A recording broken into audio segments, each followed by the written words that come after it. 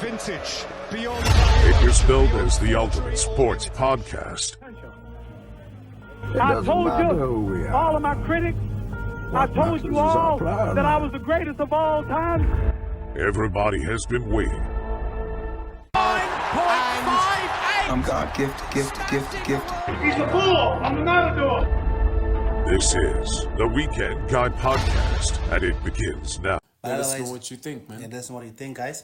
Yeah. But otherwise than that, moving on to the red side of Manchester versus the blue side of Manchester. But do not.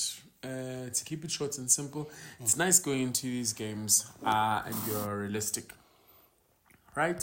It starts off as optimism, where you believe, yes, this is football, you stand a chance, right?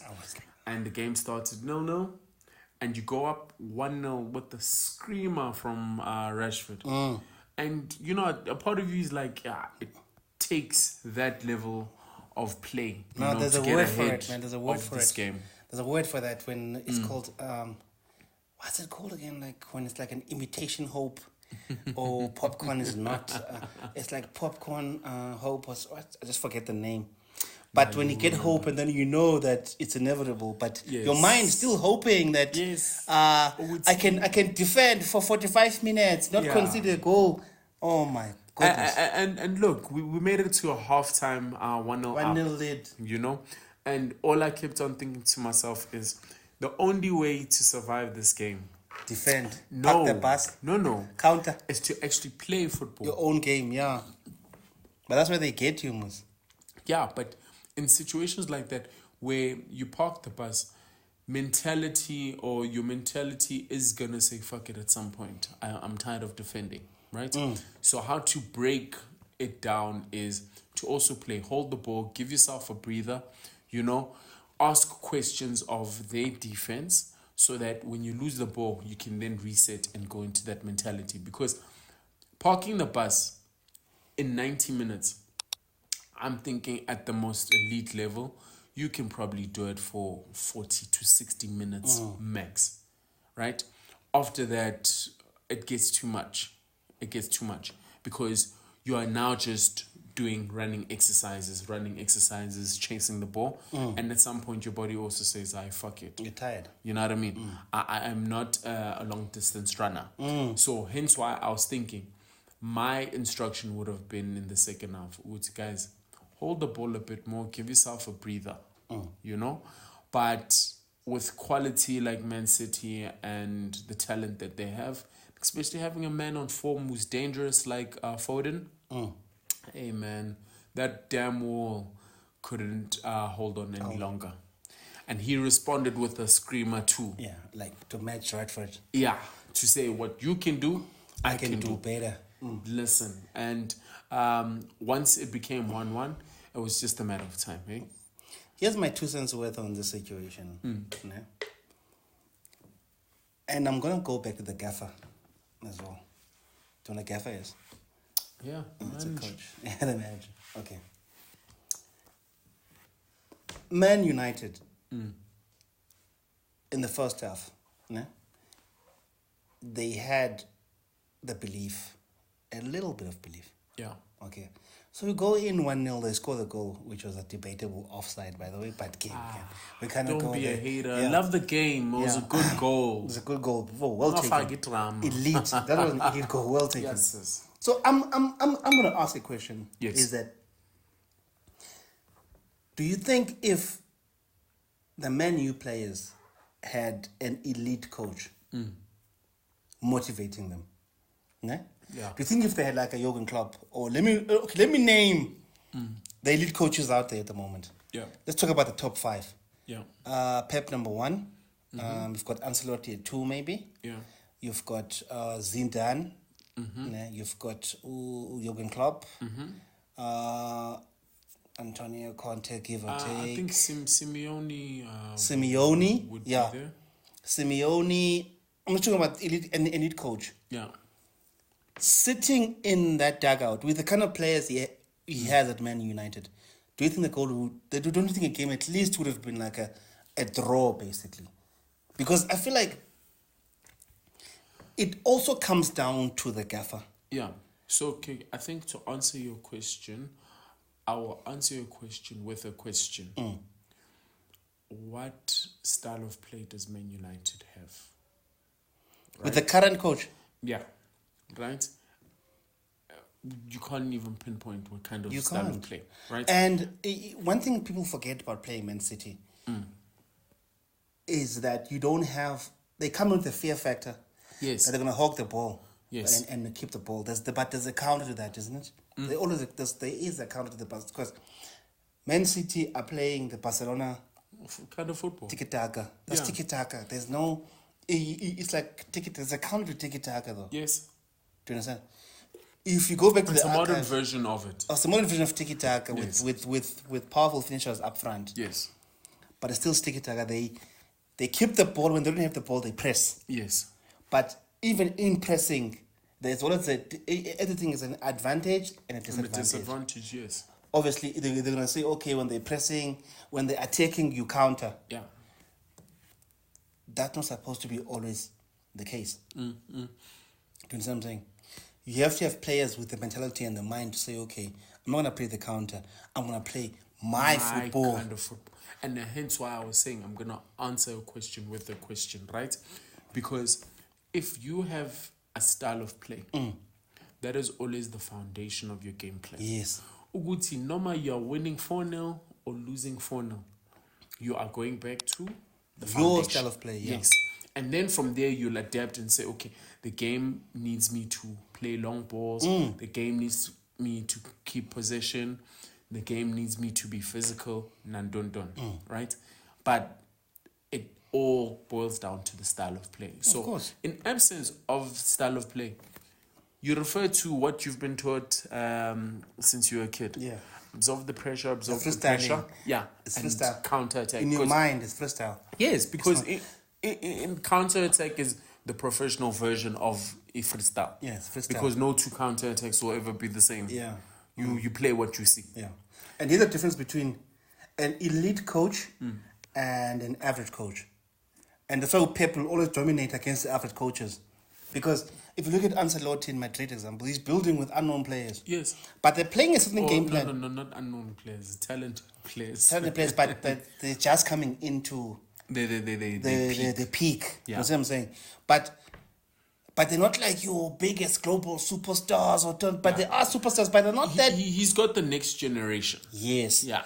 He's able to make it work because he's an elite coach. Who push a team in the same position would never get those results. And Pep knows. And Pep knows. Or Ten Hag never go to with Man City because there's a mentality shift you need to embed in your players. That second half or whatever comes in, when they start pushing, you push back. But your pushback must be obviously coming back to you as a strategist, as a manager of the team. Yeah. It all starts back to who's pushing this team. That's why if Man City are going to play Arsenal in the next couple of games, I think they are going to play them. Yeah. You'll see a Man different... City, Liverpool this weekend. Yeah, and then but it's going to come. You'll see a different second half there. Because the coach now has evolved to the... It's like managing anything. You pass down your mentality to the players. 100%. To say, guys... The reflection of you. That's why now it reflects in those elite games that Ten Hag is not good enough to be coaching the team. 100%. But then it's not going to work. No, but like, the it's not going to dilemma work. is what I actually wanted to ask you earlier. You get Poch out, you get Ten Hag out, right? Those elite coaches are few and far between. Who do you get? Conte at City. Bring him back.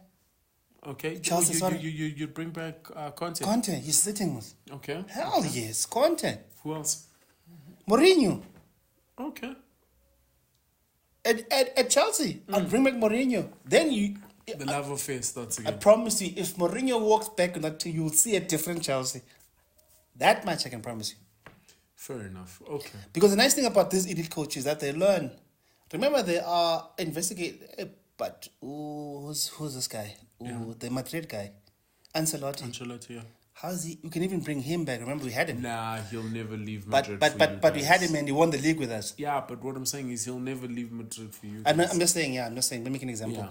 But I'm just saying that we've had Ancelotti and he's won the league with us. I'm just trying to make an example about when an elite You coach have an comes elite in. coach, yeah. When a proper one comes in, at Chelsea it's been proven that every time an elite coach has walked through the door, Ancelotti, Conte, they've won the league. Okay, fair enough, but Poch is still your coach, though. No, it's fine. And I'm saying that this season is a right Yeah, course. but We'll be fighting relegation again. yeah, and it's a sad story to Remember, to if sing every year. $1 billion spent and we've got this problem. But if you had spent $1 billion with an elite coach, we would not have this problem. But no, it's subjective. You Because must call a spade a spade, man. No, You have to call a spade a spade. But it's me saying, Uguti, I bought you $1 billion motorbike. It doesn't matter. No. Listen to my narration, right? I bought you $1 million motorbike, right? It takes 16 hours to get to Cape Town in a car, right? But because I've given you a $1 billion motorbike, I expect you to get to Cape Town in 13 hours. Have you driven a motorbike before? Are you a motorbike rider? Get one, girl.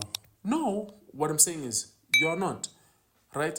So you will get to Cape Town, but not in this 13 hours Yeah, that the problem I've is now, we just don't have the right driver. Yeah, but what I'm saying is, right, you've got a driver, so give him the right machine. No. We've got the machine. We just need a correct driver. We've got the machine. But all drivers, right, need to be involved in the purchase of the machine. That's all I'm saying. I say. No coach would have succeeded under those circumstances. You guys, okay, yes. No, don't say no, okay, coach. Okay. No. Wait, let me make an example. Yeah. Right? Let's look at the Chelsea talent, right? And let's look at how much of a duplicate of that talent is, right? Caicedo, Enzo, right? They're not duplicates. No, but they play same position. No. He's defensive mid. Caicedo is centre mid. Yeah, but you could... Caicedo is defensive mid. Yeah. Enzo is CMF. Oh. Centre mid, man, sorry. Yeah, okay, sharp. Let's then park them to the side, right? Then let's go. Cole Palmer. Cole Palmer is 8, isn't it? He plays either left wing or right wing, cutting in. The Man City boy? Yeah. No, he's the other wing because the left footed comes in. What I'm saying is either left or right. No, you always play him left. Yes. Right, okay. man, sorry. You always play him right. Right wing to cut in. Cole Palmer, yeah. Okay. It's like more of a mold of, if you think of it properly. Ariel Robin. Riyad Mahrez. Okay. But not the pace, though. Yes. Yeah. Okay, sharp, right? Then you've got Sterling and you've got Nkunku. Isn't that the same kind of player? It is. The problem with Nkunku now, here's where the gang starts. He can't be fit. He's not fit. No, besides fit, he's fit now. What the fuck is going on with him? No, he's injured again. Again? Yes. Nkunku had an explosive preseason. I was like, Yeah. yay. Maduake also is right-footed, so he falls under the same three. Yeah, but he's bench. Yeah, but what I'm saying is you've got 3 elite talents playing the same position, right? No, why Nico Jackson starts at every centre game? forward? Yeah, because we don't have another centre forward. We don't have one. Right? So then we then go back. But You've fuck, got- if it was another coach, would play false 9 though. Yeah, but you've got Cucurella and Ben Chilwell playing the same position, right? In the middle, you've got Thiago Silva as well as Disasi and that Levi Cowell. boy. He's nice. He's proper. Right. And but the what right I'm wing saying- with the Platzman. no, I'm gonna get to the him, right. yeah. Right. Then on the right, you've got that Malo Gusto guy. Based. Right. But what I'm saying is, it's duplicate talents who've come in the same window. Not guys good. Oh, listen, we need a backup Gabel and Chua, so we'll get.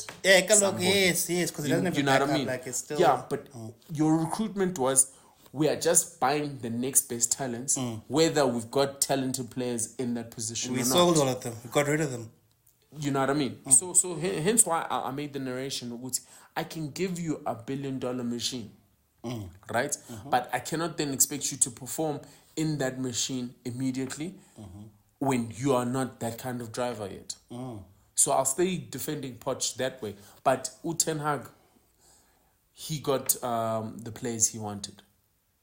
Right? He buys garbage. Yes. And that's then the problem. That's the problem. Right? He's choosing garbage. Exactly. So he doesn't have a scouting team. He doesn't have Indeed. nothing. Because, for example, right, we knew going into the season, right, Martial as the only recognized striker was never going to be enough. Right? Diddle, we ended up getting Rasmus Højlund. No, but Højlund is nice though. Yes, but Højlund is one for the future. He's 21, right? But knowing Martial's fitness history, right, you cannot not buy another striker. Of course, yeah. Because then you know, Guti, you cannot depend on Martial. So you need to share the workload with Rasmus and whoever else you're going to buy. Rashford. No, but Rashford prefers to playing on the wings. Left. Yeah, left wing to cut in and shoot. Garnacho also came up nicely from there, right? You got Anthony, who made sense at the time, but not for the price. Damn. Yeah, the type of player made sense, but had Man United done their business in the beginning of that summer, they would have gotten him for 40 million. But they waited until the close of the end of the season, and AX were like, you guys are desperate. Give us 100. They sold him garbage. They sold him garbage. But, Yabona, you sleep better knowing that he costs 40 million than 100 million. 100 million. You know what I mean? What a flop. Exactly. Right? But that's also another Erik Ten Hag sanction. Yeah. We needed Casemiro came in as defensive cover, right? But he was aging. We needed a backup for that. Who did we wait until the last minute to get Amrabat? That's another Erik Ten Hag sanction buy. You know what I mean? Yeah, bruh. Then to also show Guti, how bad our recruiting has been, right? We've got Martinez, we've got Varane, we've got Lindelof, we've got who's this guy? Maguire. We wanted Maguire out, right? Meaning that okay, we were supposed to then get a replacement, right? If everything goes according to plan. Everything doesn't go according to plan. We get Johnny Evans calling us and saying, hey, listen, I'm out of contract. I want to train with Man United to keep fit so that I can get myself another contract.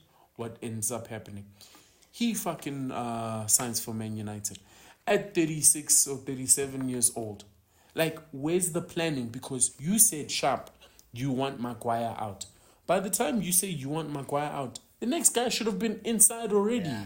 That means he's not an elite coach. Exactly. Coaching an elite team. Yeah. And it comes down to he that. Must go. Yeah. He must go. Unfortunately, if you want the best results, you must chase the top guys.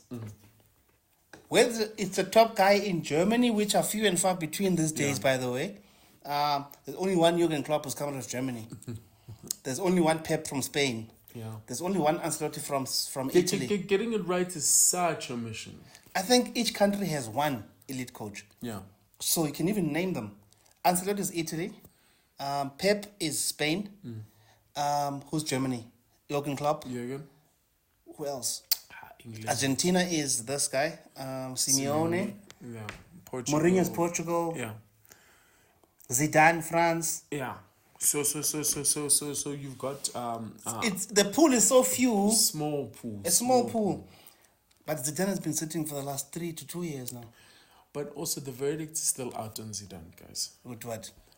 Uguti, he hasn't done it anywhere else.